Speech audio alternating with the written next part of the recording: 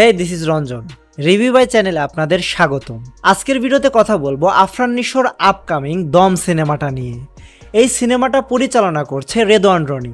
তাছাড়া আরও একটি গুঞ্জন উঠেছে যে ওপার বাংলার অভিনেত্রী মধুমিতাও থাকতে পারে এই দম সিনেমাটায়। তো দম সিনেমাটার যে পোস্টার রিলিজ করা হয়েছে সেখানে কিন্তু বলা হয়েছে যে এই সিনেমাটা আসলে সার্ভাইভাল সিনেমা হতে যাচ্ছে। তো অনেকেই বলছে যে এই সিনেমাটা ইন্ডিয়ার দ্য গড লাইফ থেকে কপি করা হবে। তো এর জন্যই দ্য গড লাইফ সিনেমাটা আমি অলরেডি দেখে ফেলেছি এবং এই সিনেমাটায় অভিনয় করেছে পৃথিবীরাজ সুকুমারান, যার আগেও আমি অনেক সিনেমা দেখেছি, বিশেষ করে সালারে তার অভিনয়টা দুর্দান্ত ছিল। তো পৃথিবীরাজ সুকুমারান যে এখানে সার্ভাইভাল সিনেমাটা করেছে তাকে কিন্তু অনেকটা পরিমাণ ভালো মানিয়েছে তার ক্যারেক্টারের থ্রুতে। সে একজন গ্রামের সাদাসিধা মানুষজন থাকে যে কিনা একটা নদী থেকে বিভিন্ন ধরনের জিনিসপত্র তুলে সেগুলো বিক্রি করার মাধ্যমে আসলে টাকা উপার্জন করত এবং তার পরিবার সংসার চালাতো। কিন্তু হঠাৎ করেই দুই একজনের কথাবার্তায় তার মাথায় আসে সে বিদেশে চলে যাবে এবং বিদেশে গিয়ে সে অনেক টাকা উপার্জন করবে। তো এই কারণে সে একজন দালালের থ্রুতে মিডল ইস্টে চলে যায় এবং চলে যাওয়ার পরে সে আসলে আসল মালিকের হাতে না পড়ে অন্য একটা মালিকের হাতে পড়ে যায়, যে কিনা মানুষকে খুব অত্যাচার করে, মানুষকে আসলে খুব বাজে জায়গায় কাজ দেয়, জোর করে কাজ করায়। সেই জিনিসটা আসলে পৃথ্বীরাজ সুকুমারানের সাথে হয়, তার সাথে আরও একজন সঙ্গী হিসেবে যায়। তো দুইজনকে দুই জায়গায় কাজ দেওয়া হয়, একজনকে দেওয়া হয় হচ্ছে ভেড়া পালার জন্য এবং আরেকজনকে অন্য ধরনের কাজ দেওয়া হয়।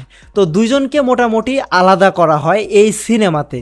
তো দম সিনেমাটা যদি এই সিনেমাটা থেকে ইন্সপায়ার্ড হয়ে বানানো হয় তাহলে হয়তো এই দুই ক্যারেক্টারে কে কে থাকতে পারে সেটা এখনই বলতে পারি। আর যদি গল্প সেম না হয়, যদি অন্য ধাঁচের সার্ভাইভাল সিনেমা হয় তাহলে তো আসলে এটা অন্য বিষয়।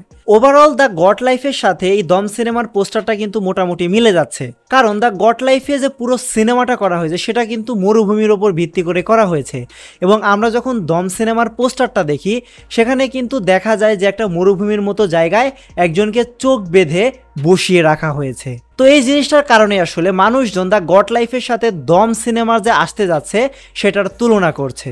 আফরান নিশো কিন্তু গল্প নির্ভর সিনেমা করতে ভালোবাসে।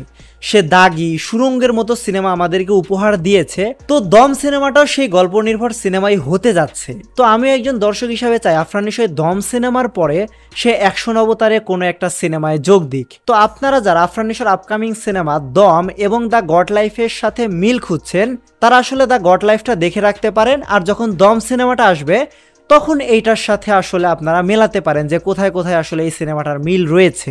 সামনে যখন দমের কোনো আপডেট আসবে আপনারা এই চ্যানেল থেকেই দেখতে পারবেন, যদি আপনারা এই চ্যানেলটা সাবস্ক্রাইব করে থাকেন। তো আপনারা এই চ্যানেলটা অবশ্যই সাবস্ক্রাইব করবেন। আপনাদের সাথে দেখা হবে পরের ভিডিওতে। রিভিউ বাইয়ের সম্পূর্ণ ভিডিওটি দেখার জন্য ধন্যবাদ।